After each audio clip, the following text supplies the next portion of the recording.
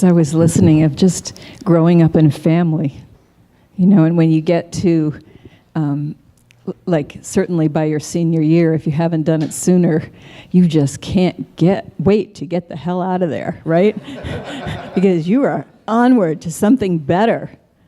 And then somewhere along the line, maybe like after you've left, you realize, you begin to appreciate what you had in that home. And you feel nostalgic for it, and you feel sad that, it's just part of that process of maturing. We are not meant to stay in the nest forever. But this place has been a nest for us.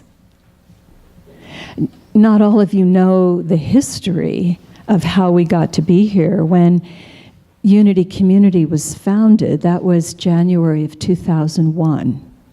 We started with about 20 founding members. If you were a founding member of Unity and you're still here, would you stand up, please? Where did Dave go? Dave is also a founding member. I'm not, because I started 6 months after you guys. 6 months later, yeah. And 2 months afterwards, Judy Sullivan's how long? That long. About 2 months later, yeah. So there's a handful of us that have been here from the very beginning. And we were in a hotel down on the north end of town, and then in September 2011, we moved into a place on Division Street. In fact, on September 11th of 2001, we were knocking down walls while it was what? It was, it was the same day that 9/11 was happening. We were in that building knocking down walls. So we were creating unity on Division, which was lovely. And we were there for 3 or 4 years. And then what happened was the boom was gathering momentum, and the landlords increased our rent by, I don't know, was it triple, Dave? At least double, maybe closer to triple. Anyway, enough that we could no longer afford it. So that was the beginning of the 40 years, so to speak, in the desert, where we wandered from one place to another. We were up at the Hitchcock Auditorium at the COCC for quite a while. We were at the Shire for a summer. We were in the Environmental Center for a while. And then in the spring of 2010, we were able to get this place. And so we have been here since then.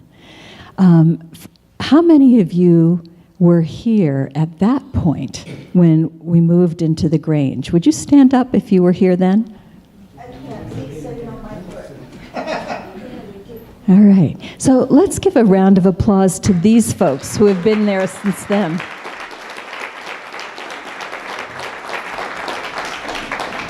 And we were able to be in this place because it's a Grange Hall, and if we were willing to start up a Grange, which required 14 members, then we could be here, and the Grange has rented it out to Unity. So if you were part of that original Grange, would you stand up?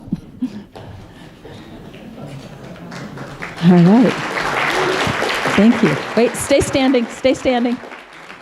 So if you have served on the Grange at any point, whether you're on it currently or not, just would you please stand? Yeah. Yeah, don't be shy. This is part of the ending, really acknowledging and appreciating all of these people. And there are more that aren't here right now, but these people were willing to come once a month for a meeting. And go through the whole archaic ritual so that we could have this home. Okay, thank you. So thank you.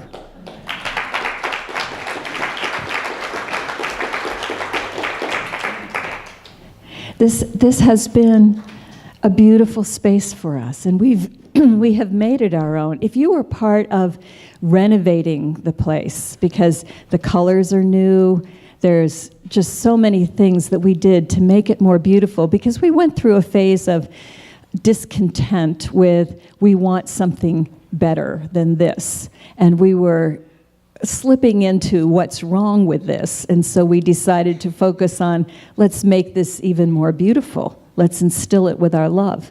And so there were many, many tasks, from painting to clearing out. If you were part of that in any way, would you stand up, please? There were lots of people, lots of people. Thank you.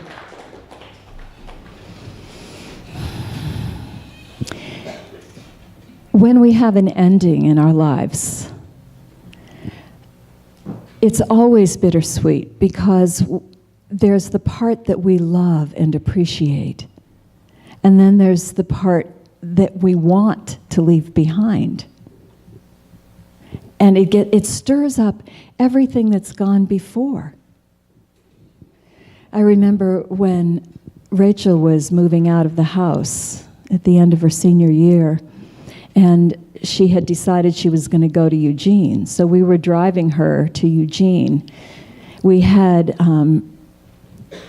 Quack radio on, playing, not Quack as in the Ducks, but, the local oldies station was playing all this music. And it was music that I had grown up with, like the music when I was her age was playing on the radio. So I am simultaneously remembering what it was like to be 17 and excited to get on with my life, and just blubbering like a baby and trying to hold that in, because my baby is moving out.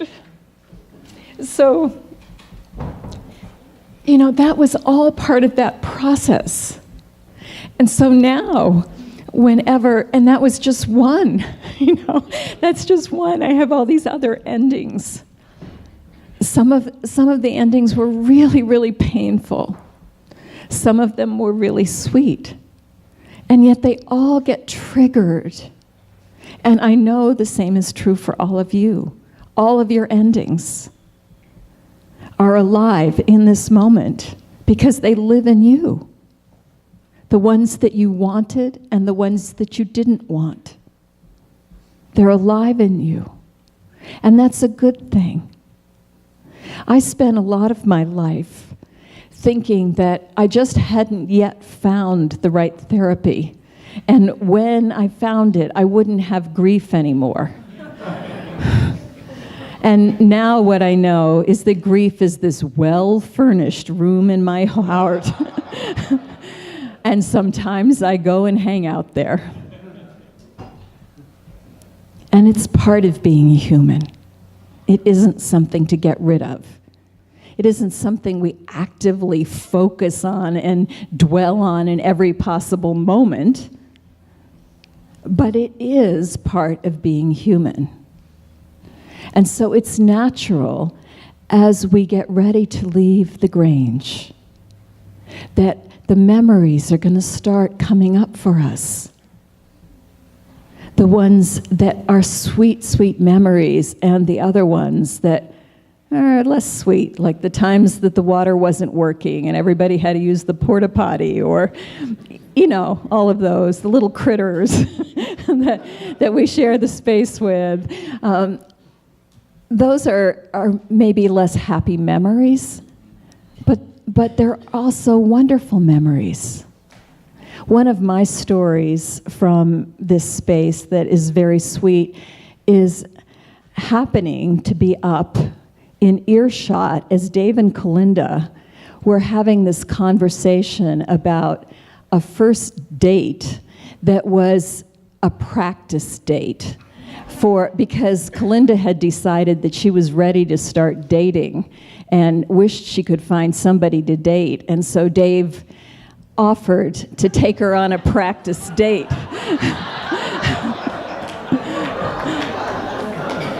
And so they were having this conversation about the quality of the date, and he is pointing out to her, well, you said it was only practice.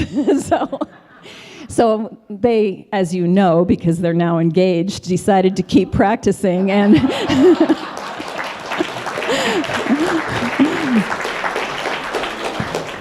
but that's just such a sweet memory that I got to be there and part of the history of people that are really important to me. And I bet a lot of you have stories. I have a little story about Charlotte. About the second or third time they were here, she asked if we would ever get toilets, because all she'd seen out there was the porta potty. And I said, well, we got 2 of them here if you just look around. Does anybody else have a story they want to share?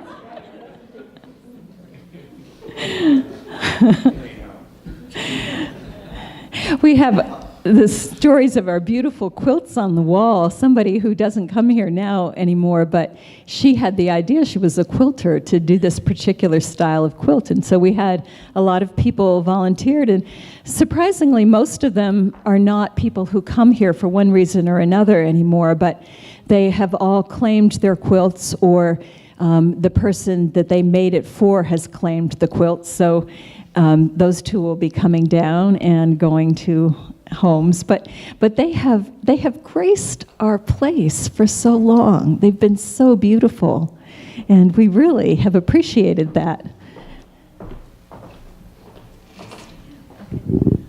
I just remember all the Christmas Eve services and the Thanksgiving dinners here. I mean, when Kevin asked us to think about those things, I remember coming here on Christmas Eve. We do the candlelight service, the music. It's just so beautiful to see, and we were usually packed out the door. And the Thanksgiving, we'd have a pre-Thanksgiving dinner the night before, and people would gather. Someone would volunteer. They'd cook 1 or 2 big turkeys. Everybody would bring sides, and the whole family of Unity came to. Not everyone, but it was a good amount of people, and it was just wonderful. And of course, the remembrance services. I don't know if any of you have not been to a remembrance service, but I hope we'll continue to do that. And those were just those special services. I love coming every Sunday, and since we have been here since the beginning, but the special services are really close to my heart. So I remember fondly the burning bowl sermon, and that seems to attract a lot of little kids who are budding pyromaniacs, and and just kind of holding my breath as I watching those things light up. Linda. I remember a lovely bride coming down this aisle in this room one evening, and it was so beautiful.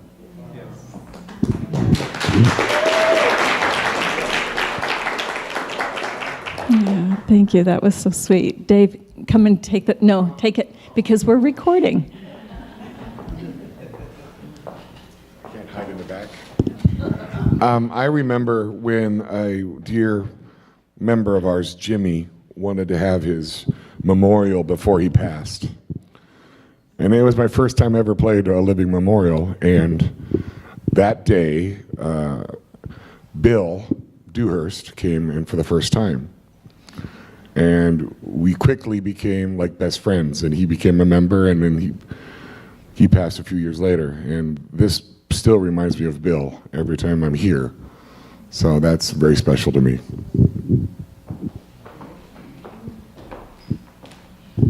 Yeah, I'll never forget Jimmy walking up the aisle, and the music that was playing was Spirit in the Sky. Is that, yeah, and he just rocked it. It was amazing. Dick. I was just reminded when Joanne talked about the Thanksgiving times, how this last Thanksgiving we were all together, and several of us did music, background music or music of one kind or another for for that event. And I was asked, we were all working on the idea of how to find a better facility, and we're trying to put all that together. And I was asked to sing, and I sang The Impossible Dream. And I think it's interesting that that impossible dream is now possible. You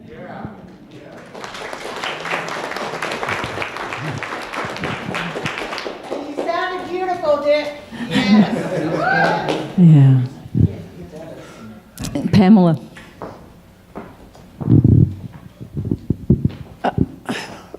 One of my stories today, I didn't know it was in my heart. In the early 90s in Corvallis, I was a big part of Unity Church, and I was on the board and the building committee, and we're looking at land and doing all those things, and it never came to fruition. And I didn't realize how much that was incomplete for me. And so when I had a chance here to participate, and I just realized today it was coming to fruition, something that for me was more than 20 years ago. And that really touches my heart. And I'm sorry, I have one more little thing, and that was the day that on the building committee, we were envisioning things for this new home, and suddenly I thought of this Stevie Wonder song called Ribbons in the Sky, and I had shared that. And then the next week I came to the service, and Jane surprised me. Eric really is the big surprise. He sang Ribbons in the Sky. And it was like one of those moments where I felt so loved and appreciated. So thank you.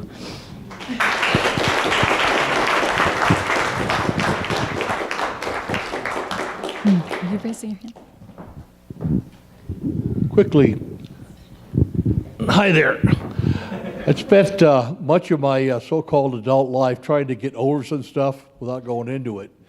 When I worked very, very, very hard for that, and had some people and spirits that did the same thing, and I accomplished a whole lot.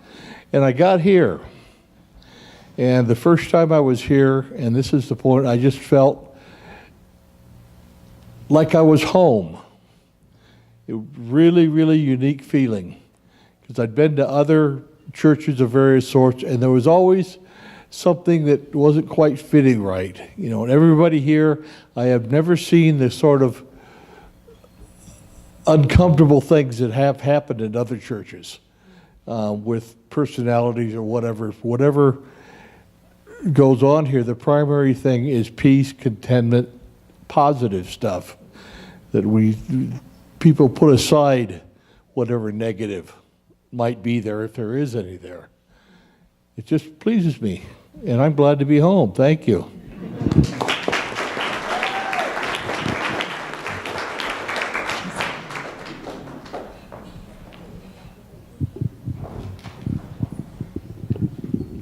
So I have kind of such a cool feeling about Unity from the early days. When we moved here, it was because there was a Unity church that we looked at Bend, and that was 15 years ago. So, and I just look at Abby here today and think that when we first came, my kids were 2, and then they participated in Reader's Theater and all of those beginnings, and now they're seniors in high school and about to truly out of the house as much as possible already. And I was so grateful for all the years they had a church while they would come to church, a place. You know, we said the prayer for protection from their earliest days. So it was like memory. And then Jen and I added on people for years until we had maybe 30 names, and we could say it together every night and not miss a beat. We were complete in sync every night saying prayers for people. We don't do that anymore, but it was a very powerful part of her foundation, the prayers and the meditation of Unity. And we were a big part of a Unity in Marin where we did get to build a church home. And coming here, leaving a community and finding another one is also it's a hard transition, but this has been a big part of our life, and Jane is the twins' fairy godmother, and can't imagine a better person for that. So I just want to thank you for that. And then on the more recent side, my father was quite ill with dementia, and unbeknownst to him, we moved him here. And when he realized he'd been moved across the country, he said, well, I'll give you 2 weeks. And in that 2 weeks, he literally gave us 3, is all he managed to live here. But it was a great time in his life and my life having him nearby, and he came to church. And he lit up as people around here introduced themselves to him and met him with such love. And the quote that's hanging there is for my father. And I can't wait to bring it home. It's like I get to bring my dad home today. So thank you.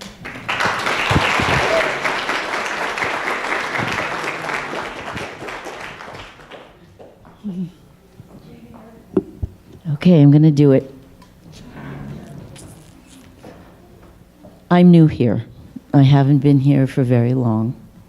But I have to tell you that the love and the outpouring of love from these people, from you people, all them people them, as they would say in Sierra Leone. Didn't know you were all them people them, did you? Anyway, as you have followed my journey with first becoming vulnerable and telling my love story and being so kind and so loving and so supporting. Now, and I was so excited when I left here the last time, I'm going to try not to do this. It's probably too early, but my husband did not get his visa. So this is why you do not see him here with me today. But everything is perfect, even though it may seem imperfect at the time. And that is becoming part of my heart-head connection. But I just want to say how very grateful I am for all of you and for all of your support to somebody you didn't even know. And when we had our little meditation here, the story I got was from all the spirits and all the angels here in the room. They said, we're going with you. You don't realize we're beings of light. We can be anywhere, anytime, with everybody. So we are not only just moving on and leaving energy, we're taking it with us as well. And I'm so, so excited about the new place. Thank you so much.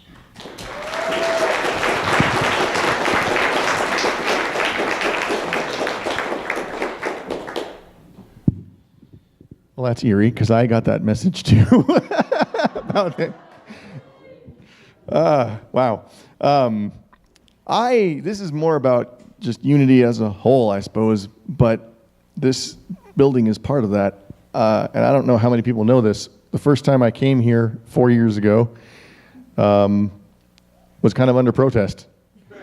I had just had. His wife drug him. No, I'm not going to go into all the details because it doesn't really matter. I had been in a big falling out with the pastor of the church that I had been singing at before, and I was just like, I'm done. I don't want to deal with this kind of thing anymore. I'm finished. I don't know what my outlet for music's going to be, but it's not going to be at a church. Well,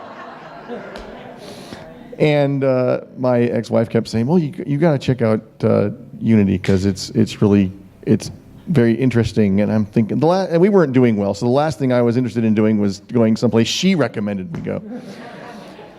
And I thought, well, I'm just going to say it. Just to shut her up, I'm going to go. And I wound. Well, here we are. And I mean, Unity has touched my life in so many ways. I mean, heck, I even got a roommate out of the deal. So hey. But I mean, I say it lightly, but I mean, that's just because that's how I handle my vulnerability. If I actually was totally sincere about it, not sincere, that's not the right word. If I was totally just wearing everything on my sleeve, I'd be a blubbering mess, and I don't want to. But yeah, for everything from the cool Christmas Eve services to the remembrance services that I have to be dragged to every year because I don't want to think about death and things in my family, but I always feel better after I've done it.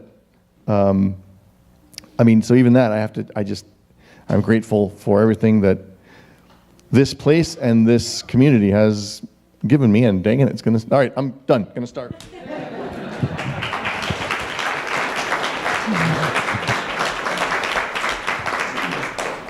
So part of our wandering from one place to another involved losing people along the way. And so by the time I became the senior minister in January of 2011, we had a group of 20, which is what we started with, was 20. It was just a different 20. And then over the years, we continued to add new members and new members and new members. Many of you here are members. And one of the sweetest things for me has been getting to introduce them every time that we have new people joining. And because I think that community is a huge part of what makes us work. It's not the only thing, but it's a huge part of it, and it's what the world needs. The world needs people to be able to accept one another, even though they're different. And we're very different. You know, we have similarities, but whether it's the differences in backgrounds, I'm not sure there's any religion that somebody hasn't been at one point that is here. So we come from very diverse backgrounds. Certainly, our upbringings are diverse. Our geography and where we've come from is diverse. Our politics are diverse. Our habits, our bodies, so much is different. And yet there is a love and acceptance here for all. And a spiritual path where we are saying that and it's in our membership agreement, that if I am having an issue with you, it isn't about you. It's about me, and it's an invitation to explore what it is in me that is unresolved, that could get me triggered, which is very, very elevated consciousness. What would our world be like if we all did that? And we're doing that to the best of our abilities. As we say goodbye to this place, we carry it with us in our hearts. We may go on and have something new that we create, something that allows us to have more opportunities, allows us to serve more fully than we are able here, especially with our kids. But we carry the sweetness of this place in our hearts. This place is where we have become a strong community. This place. And we have to be grateful for what it has given us as a foundation. One last appreciation is all of the people who have been involved in whatever way in leaving this place and moving to the other, whether it has been all the decorating, all the planning, all the visioning, all the packing, all the sorting, all the schlepping, whatever it's been. If you have done anything at all in that, now I know some of you are brand new, so of course you haven't, don't feel bad about not standing, but if you've done anything, will you please stand up?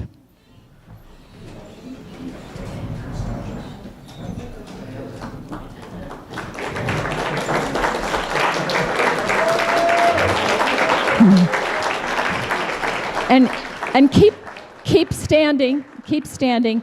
If you have already signed up for a role of something that you're going to be doing, because there are new opportunities, teachers, sound, music, another service, there are things that people have already signed up for. If you have signed up for something, will you also stand up?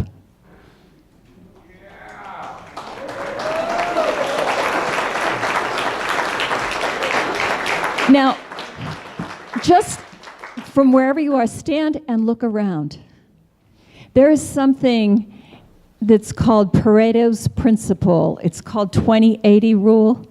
And that means that 20% of the people do 80% of the work. Look at this. And know that there are at least half a dozen people who are here for the first time today that are sitting down. This is pretty amazing. And some of the people that are sitting down that come here regularly and have not yet been involved have been involved in other things, whether it's spirit groups. I'm looking at Judy Martin is here sitting down. I don't know why. Besides doing all the paneling for the sound system, she's one of the quilt makers, opening the Grange and making sure that there is heat on. For years she did. I have a gratitude message for all. I am so, so grateful that we have an independent of Judy heating system. All right. So thank you all. Thank you all for all that you have done and will continue to do. So we could probably spend at least 3 more hours just sharing stories, and I hope you will share them at the brunch after.